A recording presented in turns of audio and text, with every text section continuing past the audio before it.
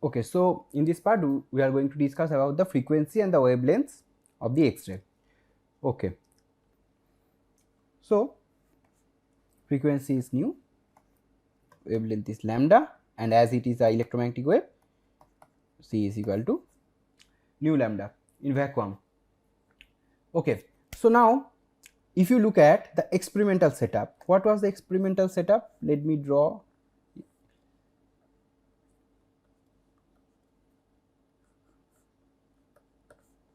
This is some cathode ray like this, and there is a metal. The cathode ray collide with that metal and X-ray was emitting, right? Now there is a potential difference, plus minus, this is the potential difference here. Okay, due to that potential difference the cathode ray was generated and the electron was moving, right? So let's say the potential difference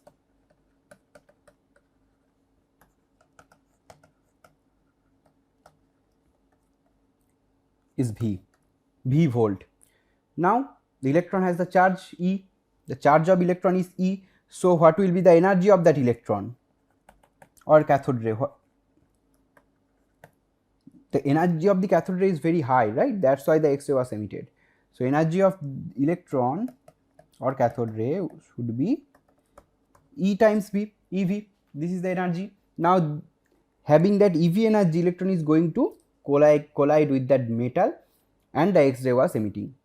So we can say that if the total energy is transferred to the X-ray, that means X-ray is the electron is absorbed with that EV energy and the X-ray of that EV energy is generated. If it is the case, then we can say that total energy of X-ray is converted to the X-ray.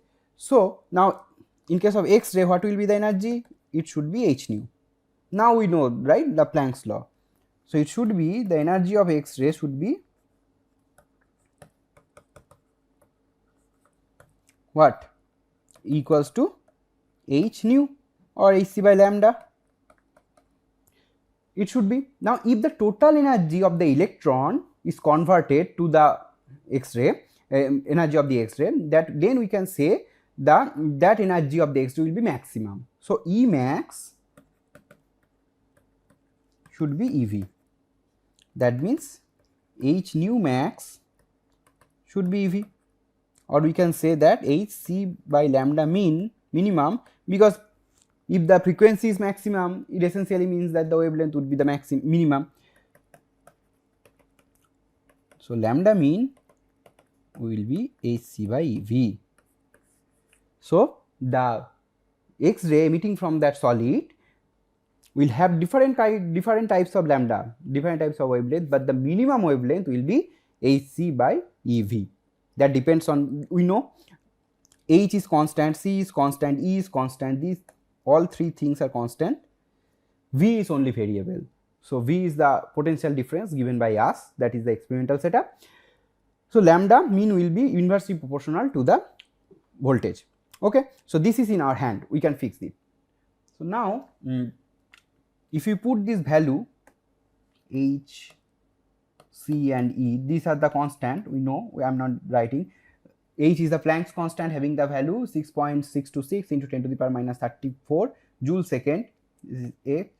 C is our speed of light 3 into 10 to the power 8, and E is our charge of the electron, which is 1.6 into 10 to the minus 19 coulomb. If you put it, then we obtain the lambda mean will be 1.243 into 10 to the power minus 6 divided by V in meter, because lambda is the wavelength, it should have the unit in meter, centimeter or Armstrong. So we can write it.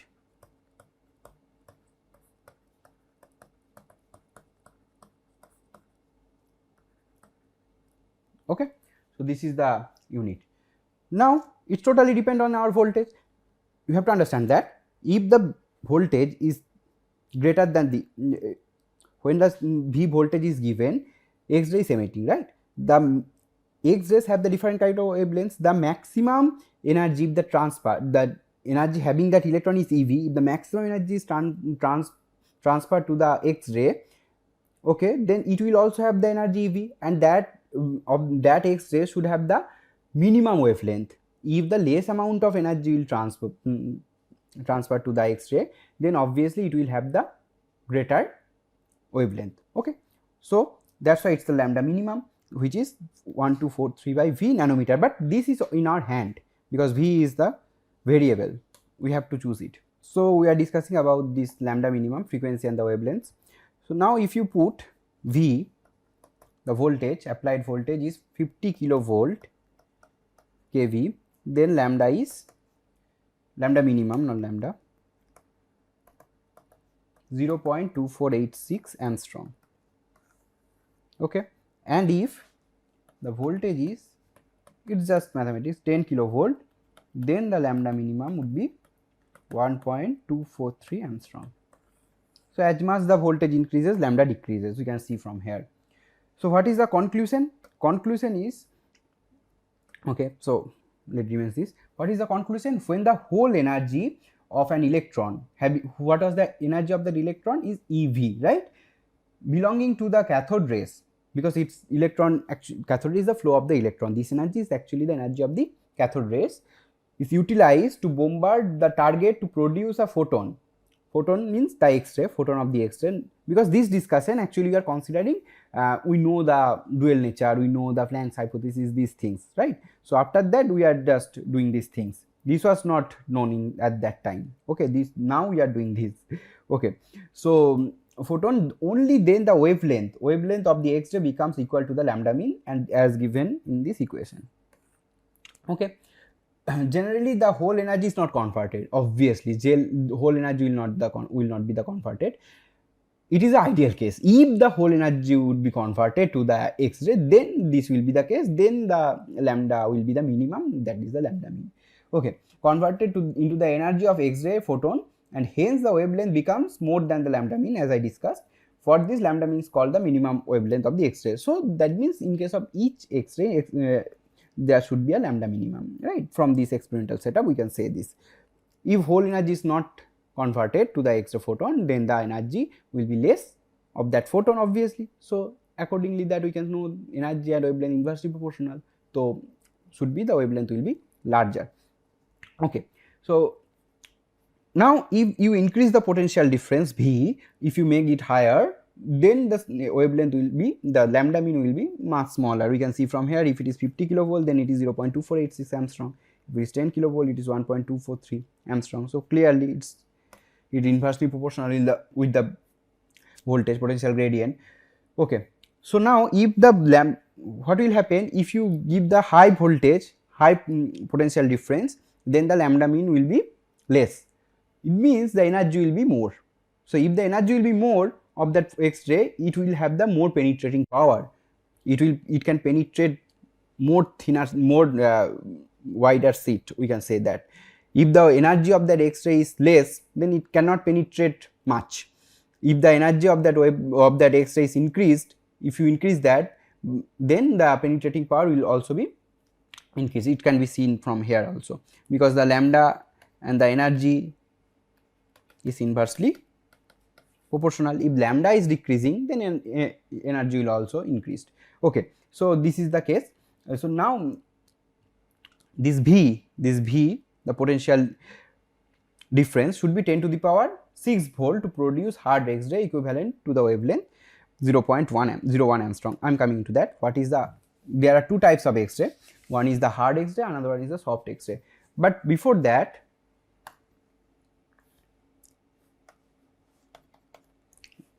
okay, the wavelengths of X-ray, these wavelengths, this lambdas wavelengths of X-ray is 1/1000 part of our visible light. Okay, because we have already discussed, right, the wavelength is very small. How small it is?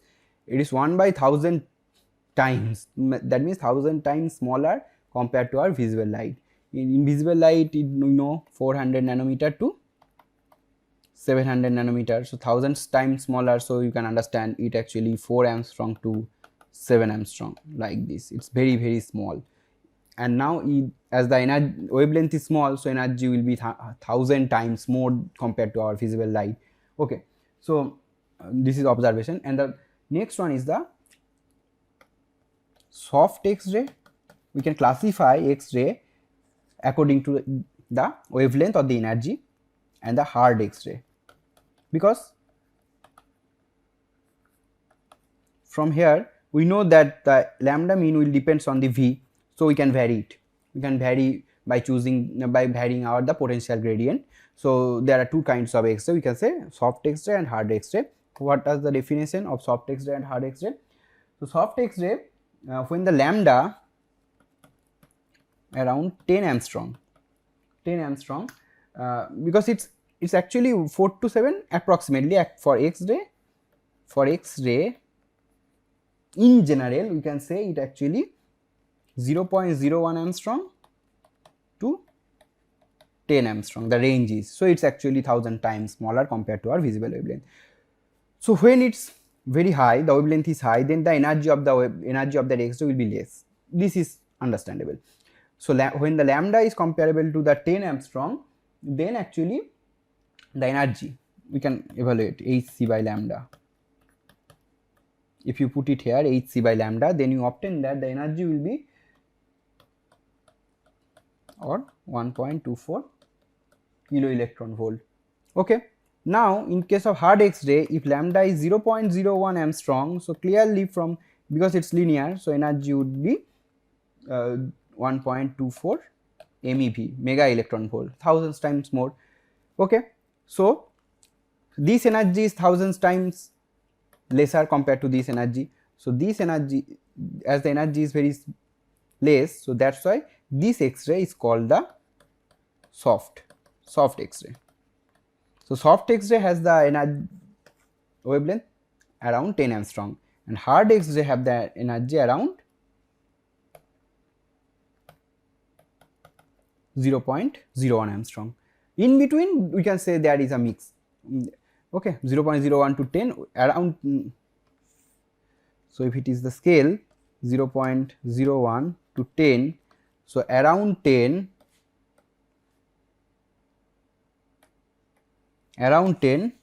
so this is, we can say this is the our, sorry, so this is our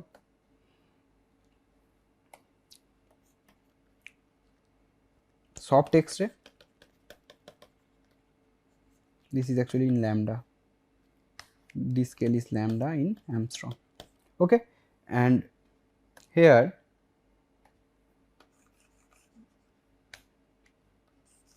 around that part, so this is actually our hard X-ray. In between we can't make distinguish. Okay, so this is soft X-ray and hard X-ray. Okay, hard X-ray has the higher energy, due to higher energy, as it has the higher energy, that's why it's called the hard X-ray. Okay, so this is our X-ray. Now what is the uses? We know very well, right? So now let me write it again.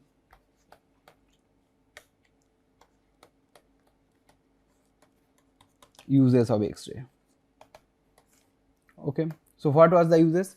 First, in medical science, we know that in radiography,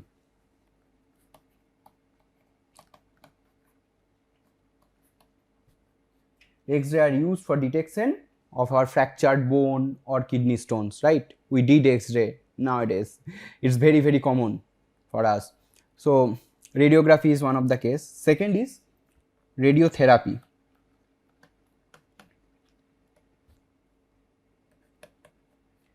Hard X-rays meaning the X-ray having the smaller wavelength or the higher energy. These are the hard X-rays. Hard X-rays are used in radiotherapy to destroy the cancer cells. Okay, so this is X-ray also used in case of radiotherapy, and another one is fluoroscopy. Okay, this is also an imaging technique, just like our radiography. Fluoroscopy is also an imaging technique. This is also used X-ray. This is actually used to take real-time moving images of the internal structure of our living body. So this is the moving images. okay, not the steady. This is the uses of X-ray in our medical science, medical cases. Now other important uses are X-ray are used to analyze the crystal structure. As I discussed earlier, that X-ray actually make the diffraction. When it interacts with the crystal structure of solid, it makes a diffraction. Okay, in that case there is a famous law, that's the Bragg's law, gives, which says that n lambda equals to 2d sin theta. Okay, this law actually guides how the X-ray will be diffracted. Okay, so this is not in our syllabus. So crystal structure to determine the, or to analyze the crystal structure, and also the metallurgy. In case of metallurgy, X-ray also used to detect the defects in metallic casting. So these are the uses of X-ray. So now this part actually now covered. Now the next, I'm going to the next part. So let me stop here in this part. Actually, in next part I will discuss about the X-ray and the atomic number. That is very, very important. Let me stop here. I will carry forward from here. So thank you for paying attention with me. So let's meet again in the next class. Thank you.